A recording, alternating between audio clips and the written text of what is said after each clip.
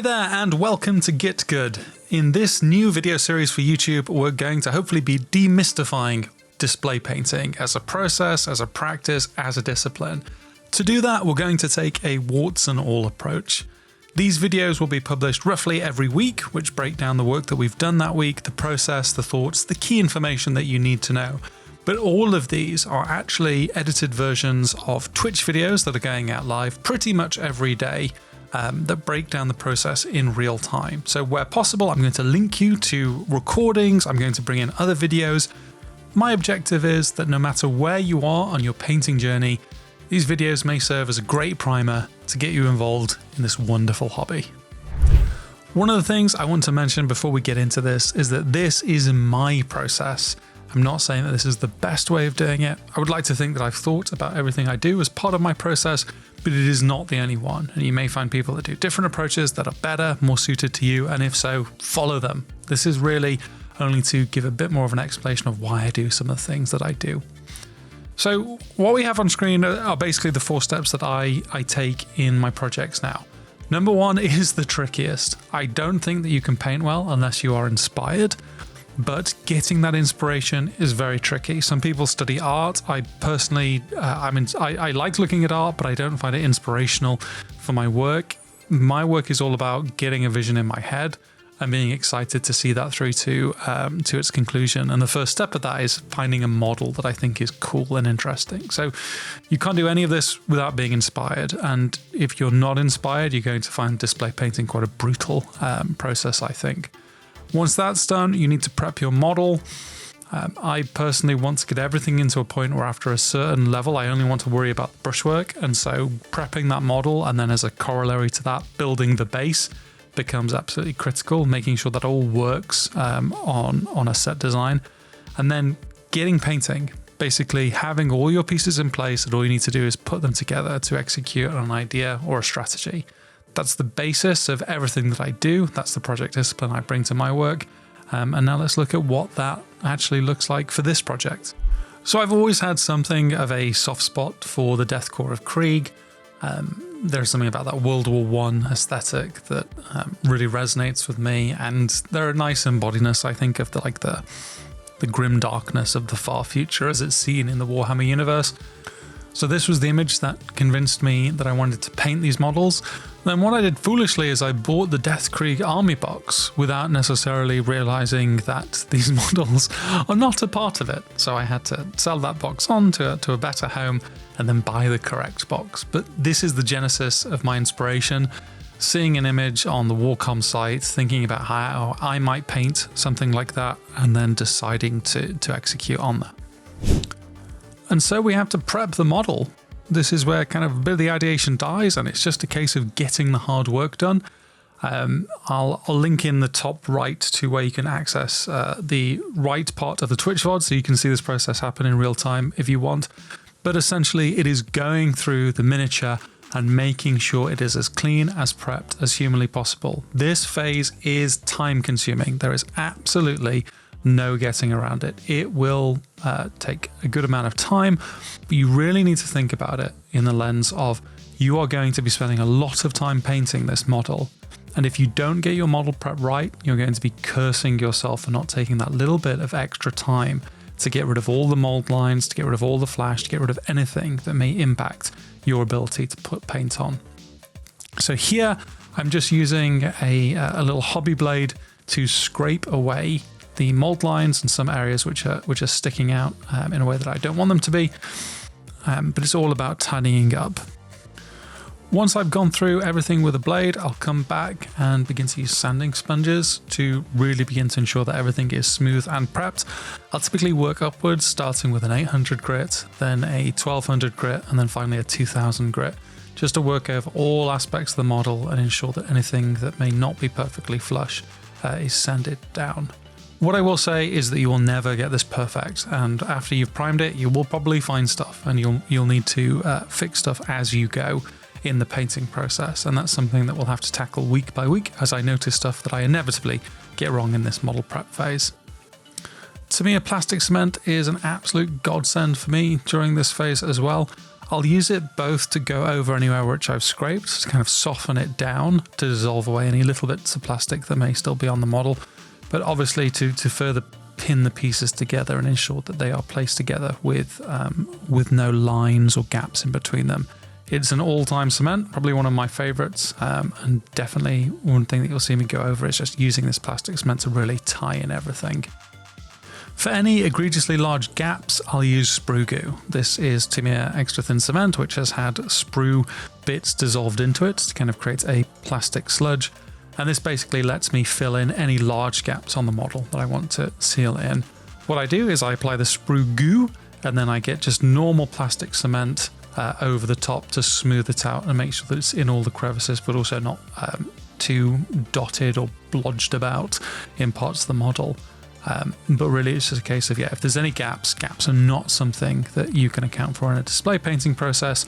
So take your time, get your sprue goo out, make sure that they are sealed up. An alternative to this would be something like UV resin. I've used that successfully to seal gaps in minis, but it's not necessary for anything on this model, mainly because it's a plastic kit on which everything is going together really well.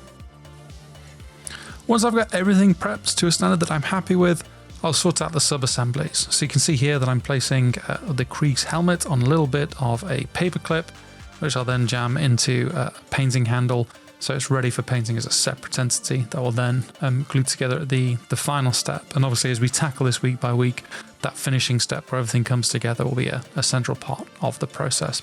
And with that, we're ready to start working on a base. So basing is one of those things that I initially wasn't a huge fan of, and I've come to appreciate it more and more, mainly because there's just no point doing a beautifully painted miniature if it's sitting atop a base that lets it down. If you're not particularly good at basing, if you want to get better, the best advice I could probably give you is to find someone that's good at basing and ask them a million questions. For me, this was the Primaris project on Instagram, a guy called Ollie, who is lovely, a good touch point in terms of basing, inspiration, sounding out ideas. But find people and ask them questions. Don't be afraid of that. Here you can see that I'm laying down a level of epoxy. So epoxy is an epoxy putty that you can use to lay down groundwork. I really like using it for all my bases, just to lay down the initial shapes. You can also see here I will imprint the model into the epoxy to give me a sense of where the footing will go on the finished base.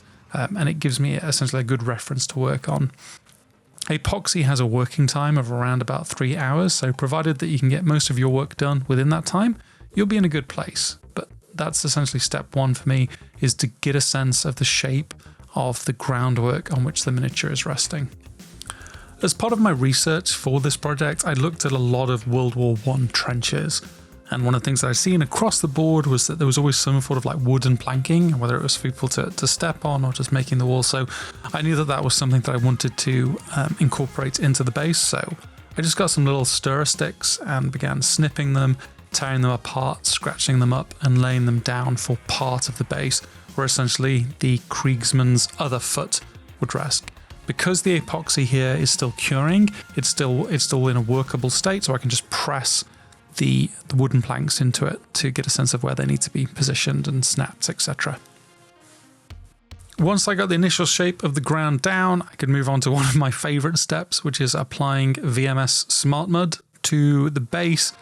This is a kind of like half texture paste, half putty, super weird material to work with. But if you need like a realistic ground texture, in my view, it is probably the best thing out there that I was put onto by the wonderful Night Shift on YouTube. So I just place it down, I rub it over the epoxy. Because the epoxy here is still curing, it has a little bit of stickiness to it, which helps the Smart Mud adhere. And because both epoxy and Smart Mud dry without shrinking, it means that I still have this working window where I can place aspects of the Mini into the base to continue to play with it while I'm still within that curing window. So that's what I'm doing here. I'm grabbing some chunks of Smart Mud, I'm just rubbing it over the base. And you can see here that as that process is complete, you have a really realistic looking dirt texture on the ground. The perfect thing to build like a nice muddy scenic across. And again, because both of those things are still in a workable state, the epoxy and the Smart Mud, I can just take my plants that I'd already placed onto the model and just press them in to the base to ensure that they are essentially ready to go. And with that, core elements of the composition of the base are essentially ready to go. I do add these two little skulls to the base that split across where the Kriegsman will be standing. But really my preference here is for a slightly more minimalistic base. I think this is probably a good time to mention that I'm really thinking here about display painting, not necessarily competition painting. If I was thinking of taking this piece to a competition, I probably want to think a bit more about the composition and adding a lot more interest to the base, because certainly it seems that most competitions really do reward very carefully thought through bases. But in terms of getting this display painting project off the ground, keep it simple, keep it safe, and ensure that you are essentially ready to build upon it and really paint it well when it comes to that step. And so with that done, I let the base dry, I let the model dry and cure and everything, and then I got out my wonderful Mr. Surfacer 1500 black spray can and just primed everything. I actually ended up missing a few little bits. This is why you see elements of the smart mud shining through. I do go over and reprime this later in the project, but in terms of the initial step, get it primed and ready to go. And then I'm just taking my reference photos, which will be a guiding light for me during the project. And so here is one of the base photos that I took. I have a singular light source, which will be my light reference. I've just taken this picture with my camera. And what I then do once I have this initial image is I take it into Lightroom. Other image manipulation software is available. And what I will do is I will link here to the photography video, the second one that we produced, which takes you through the basics of image editing with a free bit of software. So in Lightroom, all that I do is increase the contrast of the image. I take away all the saturation. I bump up the whites and bring down the blacks a little bit so that I essentially see a quite high contrast version of the image, which really lets me pick out where the highlights are landing and also the rough value of these highlights. I do this for a few different views of the model, so I have a good 360 understanding of where the light is hitting it based on my chosen light placement preference. Finally, for each reference value image like this, I'll take the image into Photoshop and use the posterize filter. This gives me block areas of light as opposed to the more smooth light placement on the pure photo. And so here I can even more simply pick out where areas of extreme highlight or low light should be on the image. Reference images are hugely important to me. And so in addition to taking reference pictures of the miniature, I also went into Blender and generated some reference images for the types of metals that I wanted to create so I could break down the colors. And I'll obviously have a link here to our video on how you can do this in Blender yourself. But this gives me good ideas of colors, contrast, and all those wonderful things. Here is the one that I used for the iron, and here is the one that I used for the gold.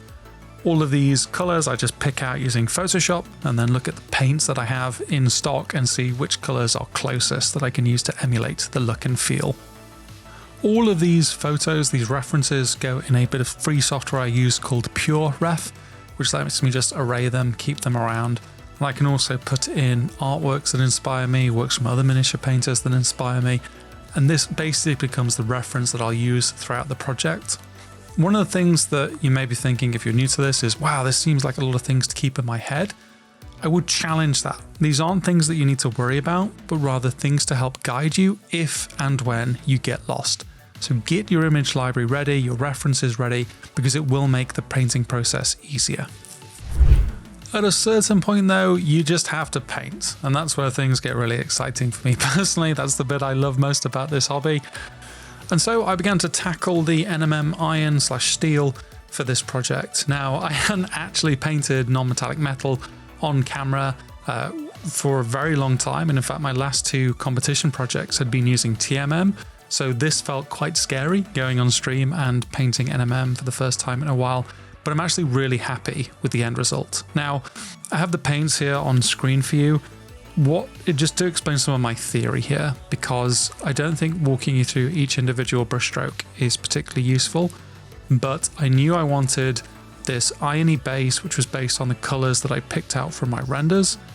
But also I knew I needed a bounce that reflected the ground, so that's why I had that splitter muster base. So when you are picking out colors for non-metallic metal, obviously have your base and your core highlights that you're going to be working through, But it's really critical that you also pick a bounce color that reflects your environment. If you don't do this, you're going to have NMM that feels a little bit flat. But then it was just a case of painting it. My process calls for me to start at my darkest color and then work up slowly to the highest and then work back, blending and darkening bits as we go. And in the process that I did on stream, there are mistakes that I made, stuff that I had to correct on the fly, blends that weren't particularly smooth, but all of that is part of the process. I'd like to meet someone that sits down and paints NMM perfectly without any mix-ups or muck-ups. I think you'd probably have to look at someone like Rich Gray for that, to use that knowledge of light and things like that. But for me, it is almost a puzzle, as Magnus has put it, taking the pieces, seeing what works, seeing what doesn't, and ultimately working up to those highlights. What you're seeing here on camera is ultimately a very abridged presentation of me working through the various highlights to get to an end state effect that resembles the iron that I'm looking for. Make sure you take the time to get the effect that you want in your head. And if you're not happy, don't be afraid to repaint, don't be afraid to restart, to redo. That is all part of it. You have your light maps in your references, you have the colors that you want to use and the effects that you want to go for, so just execute it on the model. And if you really want to get my sense of how to do this, maybe the best option is to watch the Twitch VOD in its entirety. There you can see me tackle this over the course of an hour or so. The same is true when it comes to painting NMM gold.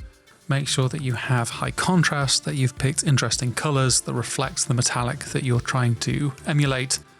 And most importantly, take your time, use your references, ensure that your lights are hitting exactly where they need to. I think NMM can be one of the most rewarding things to paint in miniatures, certainly once you know what you're doing, or at least have a roadmap for getting the end result that you want, and it's well worth taking your time.